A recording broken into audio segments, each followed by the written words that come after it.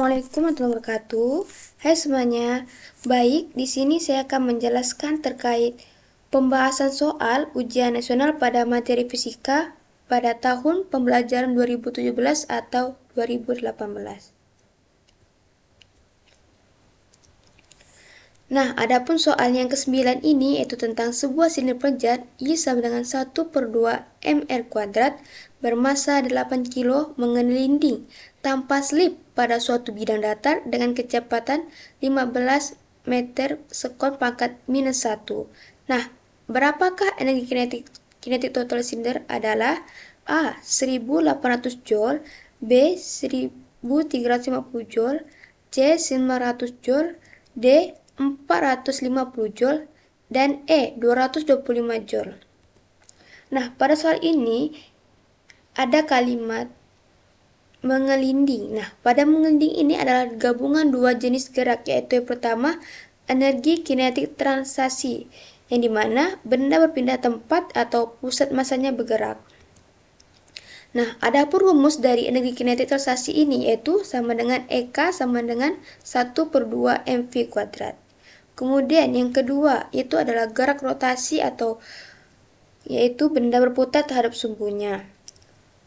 Contohnya seperti roda sepeda, saat roda bergerak ke depan, roda juga berputar.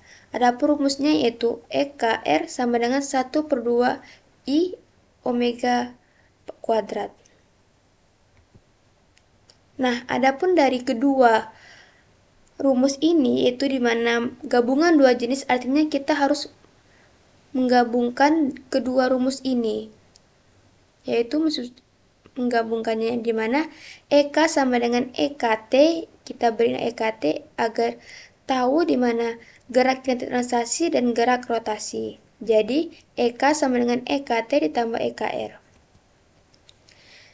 Jadi kita substitusikan di mana rumus EKT itu 1/2 mv kuadrat ditambah EKR itu rumusnya 1/2 I omega kuadrat. Nah, dari soal itu diketahui I silindernya itu 1/2 mr kuadrat, massa benda 8 kilo, kecepatannya sebesar 15 meter sekon pangkat minus 1. Jadi kita masukkan rumusnya yang tadi, EK kita tulis ulang, EKT ditambah EKR. Jadi rumus EKT itu 1/2 mv kuadrat ditambah rumus EKR itu 1/2 I omega kuadrat. Jadi karena I-nya sudah kita ketahui, maka kita masukkan jadi 1/2 mv kuadrat ditambah 1/2 dalam kurung ini I-nya yang sudah kita ketahui 1/2 mr kuadrat tutup kurung buka kurung, karena omeganya disubstitusikan dari rumusnya jadi V/R kuadrat. Lanjut, maka kita hasilkan dari 1/2 dikali 1/2 itu 1/4, karena R-nya ada 2, jadi kita coret R-nya tinggal 1/2 mv kuadrat ditambah 1/4 mv kuadrat. Maka didapatkan, kemudian kita tambahkan dari 1/2 ditambah 1/4 dengan cara menyamakan penyebutnya, yaitu dengan 4. 4 dibagi 2 sama dengan 2. 2 kali 1 jadi 2. Hasilnya 2/4 mv kuadrat ditambah 4 dibagi 4, 1. 1 kali 1, 1. Jadi mv kuadrat. Maka diperoleh 3/4 mv kuadrat. Jadi tinggal kita masukkan massanya telah diketahui sebesar 8 kilo. Ini kecepatannya dengan 15. Jadi hasilnya 1350 joule. Jadi energi kinetik total silinder pada gambar tadi, pada soal tadi itu sebesar 1350 joule. Itu jawabannya B. Nah, soal selanjutnya yaitu perhatikan gambar berikut ini. Sebuah batang bermassa 1,5 kilo yang salah satu ujungnya dipasang engsel tegak lurus dinding dan sebuah lampion digantung pada jarak tertentu dari engsel. Nah, besar gaya tegangan tali agar batang berada dalam keseimbangan adalah A. 3,0 Newton, B. 15,0 Newton, C. 25,0 Newton, D. 26,0 Newton, E. 37,5 Newton. Nah, pertama-tama ada kalimat benda tegar. Nah, benda tegar dikatakan seimbang jika tidak bergerak atau tidak berputar. Nah, pada benda tegar ini terdapat dua syarat, yaitu di mana yang pertama, keseimbangan transaksi, yaitu tidak berpindah, resultan gaya harus 0. Jadi, sigma Fx sama dengan 0. Dan sigma Fy sama dengan 0. Artinya, gaya ke kanan sama dengan gaya ke kiri, gaya ke atas sama dengan gaya ke bawah. Jadi, benda diam atau bergerak dengan kecepatan yang konstan. Kemudian syarat yang kedua yaitu keseimbangan rotasi atau tidak berputar. Jadi resultan momen gaya torsi harus sama dengan 0. Jadi sigma torsi sama dengan 0. Artinya momen yang memutar searah jarum jam sama dengan berlawanan arah jarum jam, jadi benda tidak berotasi. Nah, dari gambar ini dapat kita ketahui bahwa panjang tali 1 meter, jarak tinggi ini panjang tali dari sini ke sini itu 1 meter, jarak gaya T ini, jarak gaya T ke poros T dari sini ke sini itu sebesar 0,8 meter. Nah, jarak beban 1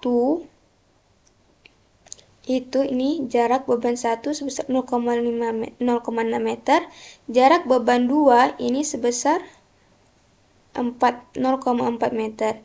Jadi, diketahui massa beban 1 sebesar 2 kilo, massa beban 2 itu 1,5 kilo. Nah, di sini menggunakan percepatan gravitasi sebesar 10 meter per sekon kuadrat. Jadi, sin omega sama dengan 0,6 yaitu dibagi 1,0 yaitu sama 0,6. Nah, kita menggunakan rumus torsi yang dimana sigma T sama dengan sigma torsi sama dengan 0. Nah, kita masukkan rumusnya.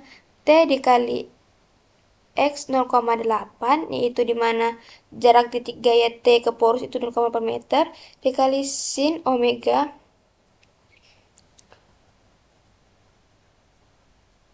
dikurang W dikali 0,6 itu jarak beban 1 dikurang WB omega B dikali 0,4 yaitu jarak beban 2 sama dengan 0. Maka kita masukkan yang diketahuinya T dikali 0,8 dikali 0,6 sama dengan 2 dikali 10 ditambah 1,5 dikali 10 dikali 0,4. Jadi T hasil ini 0,8 dikali 0,6 sama dengan 0,48. 2 dikali 10 ditambah 1,5 20 0,4 jadi hasil 12 tambah 6. Jadi T dikali 0,8 sama dengan 12 tambah 6 sama dengan 18. Kemudian kita pindah ruas. T sama dengan 18 dikali 0,48. Maka hasilnya tegangan tali 37,5 Newton. Jadi besar gaya tegangan tali agar batang berada dalam keseimbangan yaitu 37,5 Newton. Itu jawabannya E. Nah, soal selanjutnya yaitu nomor 11. Perhatikan pernyataan berikut ini. 1. Mengulang prosedur menentukan garis pada kertas karton dari titik gantung yang berbeda dan menandai perpotongan dua garis sebagai titik pada kertas karton. Yang kedua, mengikatkan ujung-ujung benang pada jarum dan beban dan menancapkan jarum pada kertas karton. Yang ketiga, menarik garis sepanjang titik-titik pada kertas karton. Yang keempat, menandai titik-titik sepanjang benang pada kertas karton. Yang kelima, menggantung kertas karton dengan memegang pangkal jarum. Nah, untuk menentukan letak titik berat sebuah kertas karton yang tidak beraturan, di antara urutan langkah-langkah yang benar adalah A. 1, 2, 3, 4, 5, B. 2, 5, 4, 3, 1, C. 3, 1, 5, 4, 2, D. 4, 3, 2, 1, 5, E. 5, 3, 1, 4, 2. Nah, hal yang pertama kita lakukan yaitu harus mengerti titik berat. Titik berat itu adalah titik tempat resultan gaya, yang dimana berat suatu benda bekerja. Untuk benda tidak beraturan, titik berat dapat ditentukan dengan metode gantung. Prinsipnya, jika benda digantung, maka akan setimbang dengan gaya berat bekerja vertikal ke bawah. Kemudian, yang kedua, arah benang bandul menunjukkan garis kerja gaya berat. Yang terakhir itu, titik berat terletak pada perpotongan dua atau lebih garis kerja gaya berat. Nah, analisis urutan yang pertama yaitu yang kedua, mengikat benang pada jarum dan beban, yaitu tujuan untuk membuat alat penunjuk arah vertikal garis gaya berat, jadi untuk menunjukkan ke arah bawah. Kemudian 5, kita harus analisis satu-satu. Yang nomor 5 ini menggantung kertas karton pada jarum. Nah, fungsi dari menggantung kertas pada jarum ini agar karton bebas bergerak dan mencapai posisi yang setimbang. Dan kemudian nomor 4, menandai titik-titik sepanjang benang. Nah, fungsi untuk menandai titik-titik ini untuk menunjukkan arah garis vertikal pada karton. Yang ketiga, menarik garis melalui titik-titik tersebut. Nah, fungsinya adalah membentuk satu garis kerja gaya berat. Nah, yang terakhir itu nomor 1, itu mengulangi dari titik gantung lain dan menentukan titik potong. Fungsinya untuk titik berpotong dua garis ada titik berat. Jadi, urutan langkah yang benar harus mengikuti proses dari menyiapkan alat, menggantung, menandai, menarik garis, dan menentukan titik potong, yaitu 2, 5, 4, 3, 1. Jawabannya adalah B. Selanjutnya itu nomor 12, perhatikan grafik hubungan massa jenis ρ dan volume F berbagi gas berikut ini. Nah, dapat di sini diketahui terdapat 5 grafik. Nah, pasangan gas yang memiliki massa yang sama adalah A1 dan 2, B1 dan 3, C2 dan 3, D2 dan 4, E3 dan 5. Sebelum itu, kita harus tahu apa rumusnya yang akan kita gunakan. Nah, yang pertama, massa suatu zat ditentukan hasil kali antara massa jenis dan volumenya. Dan massa jenis menunjukkan tingkat kerapatan zat, sedangkan volume menunjukkan banyaknya zat tersebut. Oleh karena itu, dua zat dapat memiliki massa yang sama meskipun nilai massa jenis dan volumenya berbeda. Selama hasil kali keduanya sama, dengan kata lain, zat lebih padat tetapi volumenya kecil dapat memiliki massa yang sama dengan zat yang kurang padat tetapi volumenya lebih besar. Dari pernyataan ini dapat kita ketahui bahwa rumus dari massa itu massa jenis dikali dengan volume. M dikali ρ dikali V. Nah, yang pertama kita analisis dulu grafik yang pertama itu dengan rumus M dikali ρ kali M sama dengan ρ kali V, yang diketahui ρ-nya itu sebesar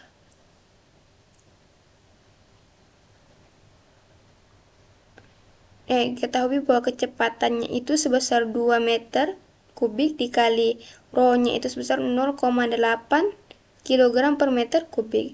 Jadi hasil dari 2 kali 0,8 itu 1,6 kg.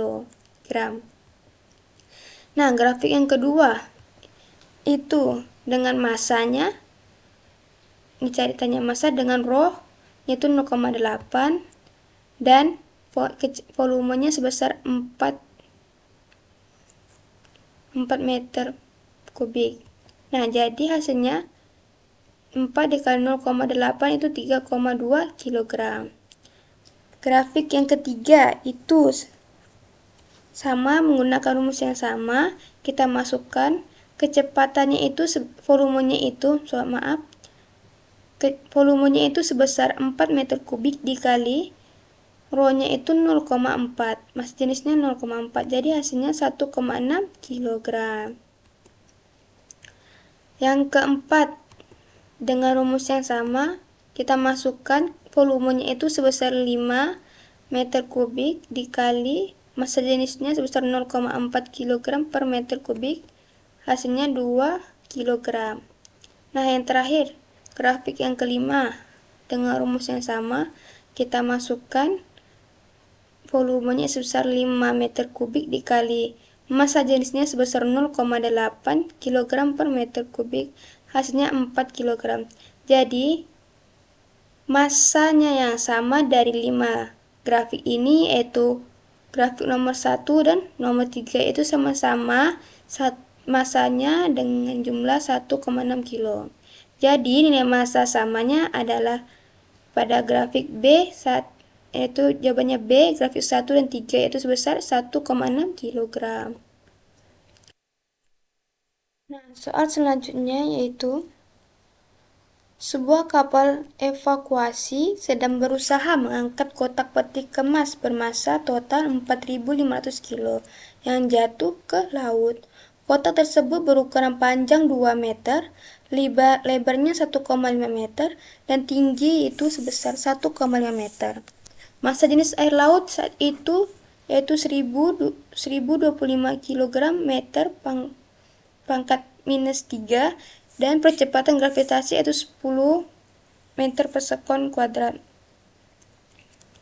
Maka besar gaya minimal yang dibutuhkan untuk mengangkat benda dari dasar laut ke permukaan adalah A. 4.250 Newton, B. 19.250 Newton, C. 30.750 Newton, D. 45.000 Newton, E. 50.000 Newton. Nah, jadi langkah yang pertama yaitu ketika benda di dalam air, benda tidak sepenuhnya ditarik ke bawah oleh beratnya, karena ada gaya apung yang bekerja ke atas. Oleh karena itu, gaya yang diperlukan untuk mengangkat benda dalam air lebih kecil dari berat aslinya di udara. Gaya yang bekerja itu ada dua, yaitu pertama gaya berat W ke bawah dan gaya apung FA ke atas. Nah, agar benda bisa terangkat, gaya yang diberikan harus mengatasi sisa gaya ke bawah. Secara konsep rumusnya itu yang pertama, FA sama dengan W di udara dan W di air, yaitu gaya berat di bawah, gaya beratnya di dalam air, dan gaya beratnya di atas udara. Kemudian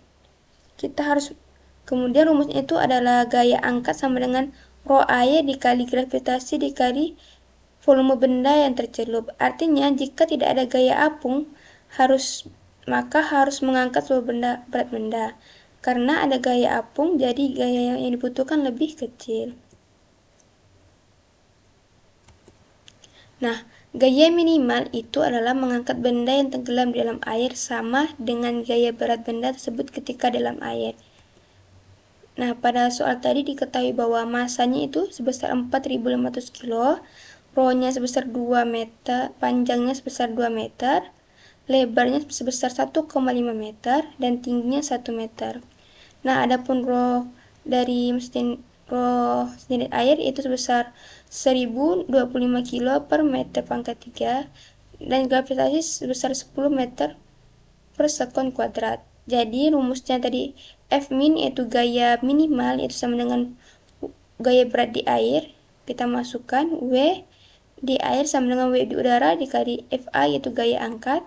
Jadi F min sama dengan kita substitusikan dari rumus dari gaya berat yaitu adalah massa dikali gravitasi, dan dikurang FA gaya angkat itu rumusnya itu rho A dikali gravitasi dikali volume benda. Jadi kita masukkan angka yang diketahui yaitu massa sebesar 4.500 kilo, gravitasinya 10 meter per sekon kuadrat dikurang massa jenisnya sebesar 1025 kilo dikurang gaya gravitasi 10 meter per sekon kuadrat dikali volume benda yaitu ada panjang, tinggi, dan lebar yaitu sebesar 2 meter dikali 1,5 meter dikali 1 meter. Jadi hasilnya 4.500 Newton dikurang 30.750 Newton. Jadi hasilnya 14.250 Newton. Jadi, besar gaya minimal yang dibutuhkan untuk mengangkat benda dari dasar laut ke permukaan yaitu jawabannya A, 14.250 Newton. Nah, soal selanjutnya nomor 14 yaitu suatu pembangkit listrik tenaga air menggunakan turbin yang diputar oleh air dari bendungan yang jatuh dari ketinggian 90 meter. Pembangkit listrik tersebut menghasilkan daya 9 MW. Jika efisien pembangkit 50%, maka debit air pada pembangkit tersebut adalah A.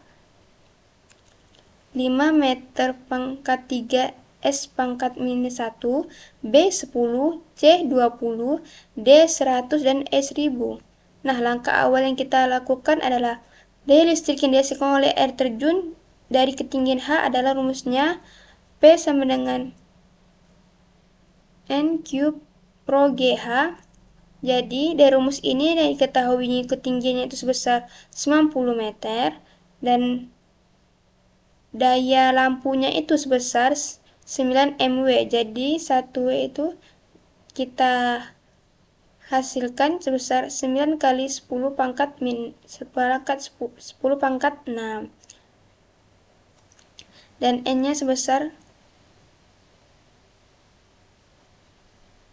dan efisiensinya sebesar 50%, yaitu kita desimalkan jadi 50/100, hasilnya 0,5. Dan massa dan rho-nya itu sebesar 1000 kilo per meter pangkat 3 dan gravitasinya 10 meter per sekon kuadrat. Nah, kita masukkan rumusnya Q sama dengan P yang ini, Q sama dengan P, efisiensinya yang tadi rumus tadi kita masukkan yang diketahui yaitu 9 kali 10 pangkat min 6 per 0,5 dikali 1000 dikali 10 dikali 90. Alhasil yaitu 10 per 0,5, jadi hasilnya 20 meter pangkat 3 per S pangkat minus 1. Jawabannya adalah C. Jadi debit air pada pembangkit tersebut yaitu 20 meter pangkat 3 kali S minus 1. Nah, adapun soal nomor 15 yaitu balok masanya M berada pada bidang datar licin, balok dalam keadaan diam di posisi 1 dan ditarik oleh gaya F sampai posisi 2 dalam selang waktu tertentu. Nah, dengan memvariasikan massa dan gaya yang diperoleh data dari tabel di atas, usaha yang dilakukan benda dari yang terbesar yang kecil, maka kita harus urutkan usaha dari yang terbesar sampai usaha yang menghasilkan yang kecil dengan massa yang berbeda, gaya yang diberikan juga berbeda, dan waktu yang ditempuh itu juga berbeda. Jadi, yang pertama kita adalah usaha adalah energi yang diberikan oleh gaya untuk memindahkan benda. Jadi, dalam kasus ini, gaya tidak hanya memindahkan benda tetapi menyebabkan benda mengalami percepatan atau perpindahan. Dari rumus ini dapat kita ketahui rumus usaha itu W sama dengan F kali delta S, yang dimana F itu gaya, besarnya gaya yang diberikan, dan delta S itu besarnya perpindahan benda. Artinya, semakin besar gaya atau perpindahan, maka semakin besar pula usaha yang diperlukan. Nah, dari tabel ini, rumus yang kita pakai itu W kali delta S. Nah, kita substitusikan terlebih dahulu karena mengalami perpindahan, artinya rumus dari perpindahan itu dari kinematika, yaitu dimana 1/2 dikali T kuadrat. Jadi, WF kali 1/2 dikali FM kali T kuadrat. Karena percepatan ini rumus dari hukum 2 Newton, karena ada benda dipercepat oleh gaya. Jadi, kita menggunakan rumus hukum 2 Newton, yang mana percepatan sebuah benda itu sebanding dengan gaya yang diberikan, tetapi berbanding terbalik dengan masanya. Makanya kita menggunakan rumus Fm karena percepatan ini rumusnya F kali E. Nah, kita sederhanakan. Jadi 1/2 tinggal F-nya kita coret.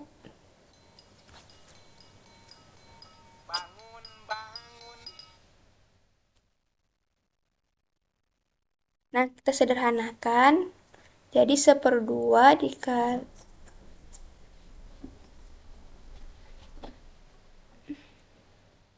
Nah, 1/2 jadi F kali T kuadrat per M.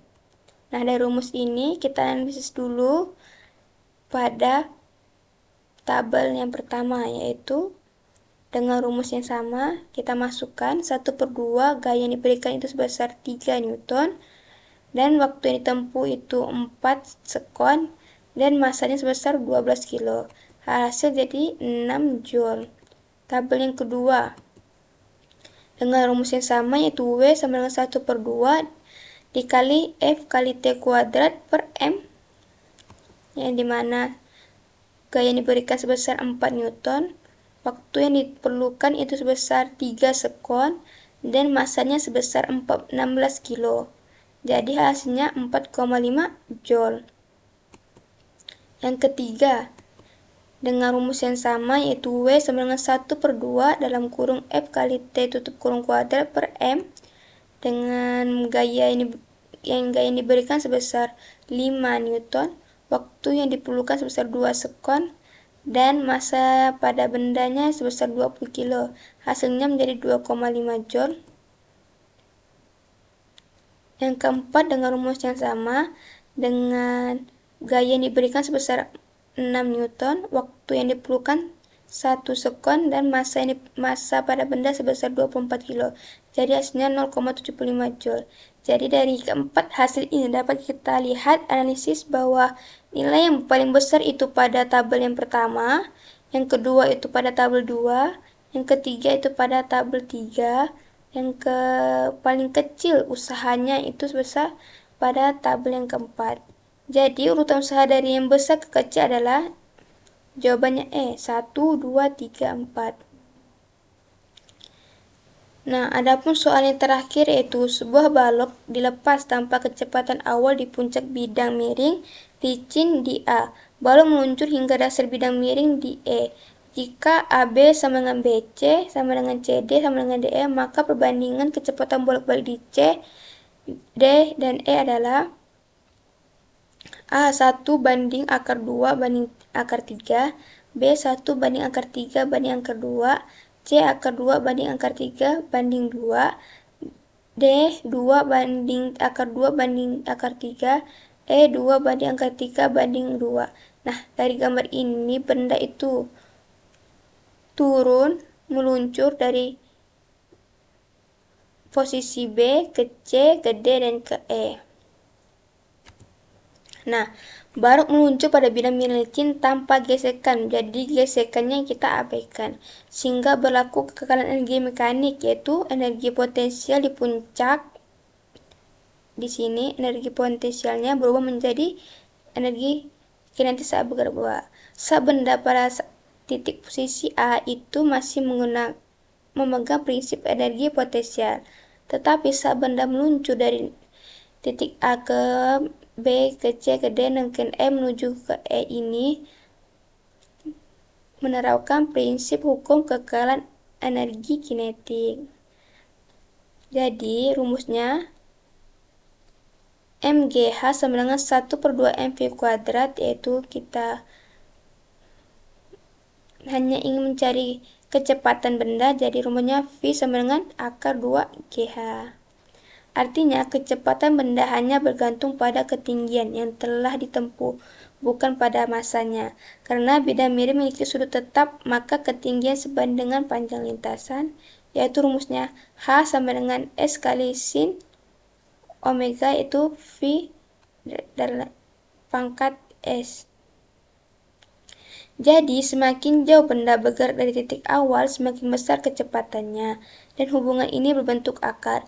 Diketahui bahwa AB sama dengan BC, sama dengan CD, sama dengan DE, semuanya sama panjang. Artinya, AC 2 bagian, AD 3 bagian, AE 4 bagian. Artinya, jarak dari titik awal bertambah secara teratur. Jadi, kita masukkan rumusnya, maka FC banding FD banding FE, yaitu sama dengan akar 2 banding akar 3 banding akar 4. Nah, kita sederhanakan akar 4 jadi akar 2. Jadi, hasilnya Jadi hasilnya yaitu C, jawabannya C. Maka perbandingan coba bolak-balik di C dan D adalah akar 2 banding akar 3 banding 2. Sekian penjelasan dari saya terkait pembahasan soal UN materi fisika. Saya ucapkan terima kasih.